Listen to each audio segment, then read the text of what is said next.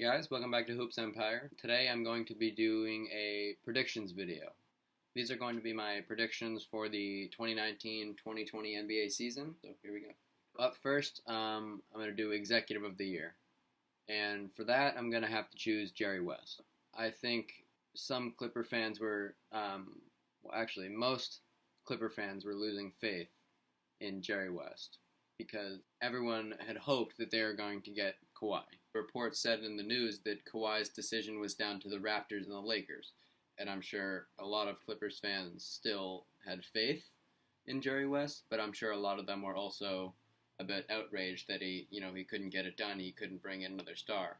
And then what does he do? He goes out and he gets Kawhi Leonard right under everybody's noses. Nobody thinks that he's going to the Clippers, but he goes to the Clippers. And then, same night, the Clippers trade for Paul George. And I'm sure that was one of the main enticing factors for Kawhi to come to the Clippers, because I'm sure Jerry West had already had this trade aligned, before.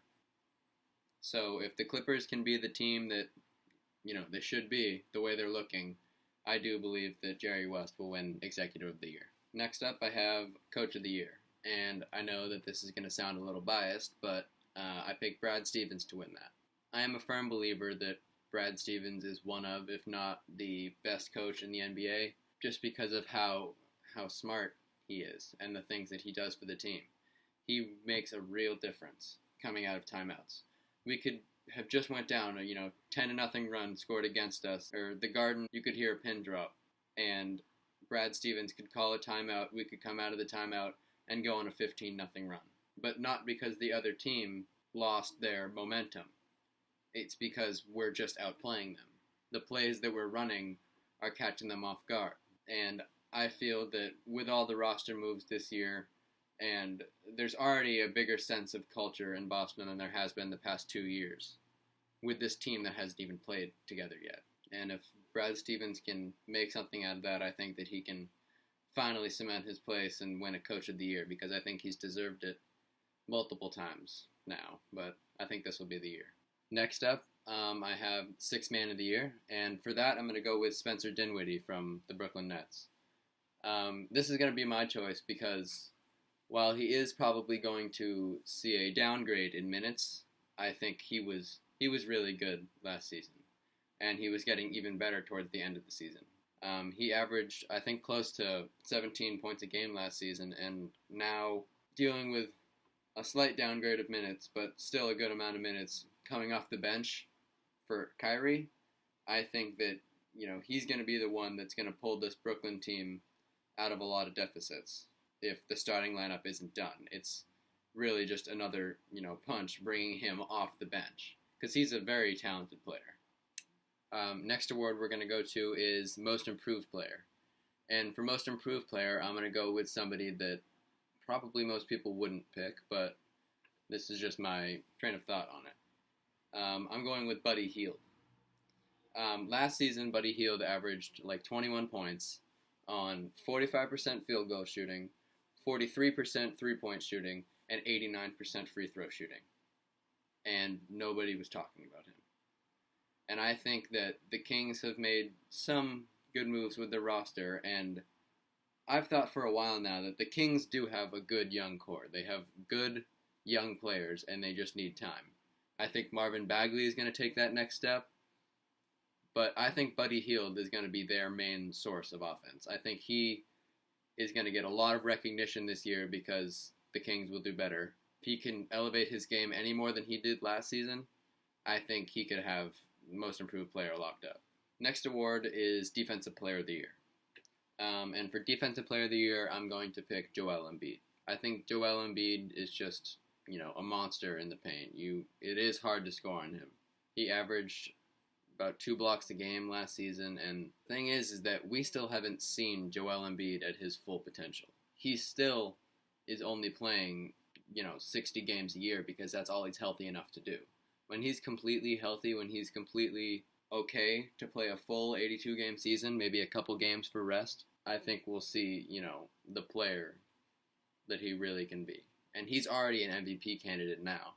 and just think what he can be if he reaches his, max potential. Joel Embiid honestly could have been my pick for defensive player this past year. Even though I do think Rudy Gobert deserved it, I do think Joel Embiid was definitely in contention.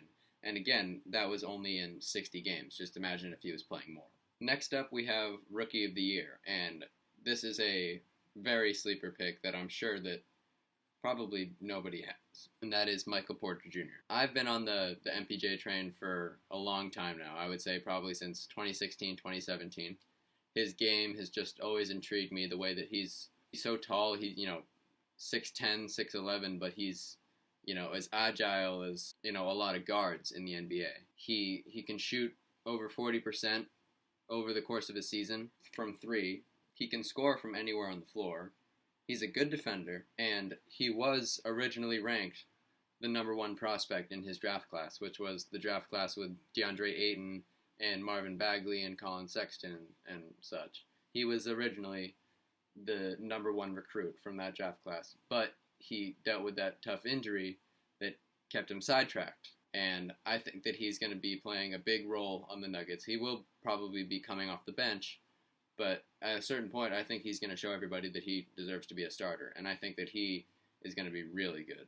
And all, respect to Zion Williamson, there's a very, very good chance that he could win it. But I think that Michael Porter Jr. is going to do it. I think he's going to shock everybody, and you heard it here first. And then lastly, we have the MVP award. I think that LeBron will win MVP this season. While there has been some confusion and conflict over these rumors, LeBron has been rumored to be moving to point guard. Even though we saw LeBron, take the ball up a lot of possessions last year, I think that at point guard, LeBron's just going to be a completely different animal. I mean, when he's truly at point guard and it's solely his responsibility to facilitate and make sure the team is doing well and everybody's getting their fair share, I think we're going to see a career high in assists for LeBron. And I still think he's going to get the same, 28, 29 points that he gets pretty much every season. I think just because he's going to step up with his defensive effort, this is the longest offseason LeBron has had since, a long time.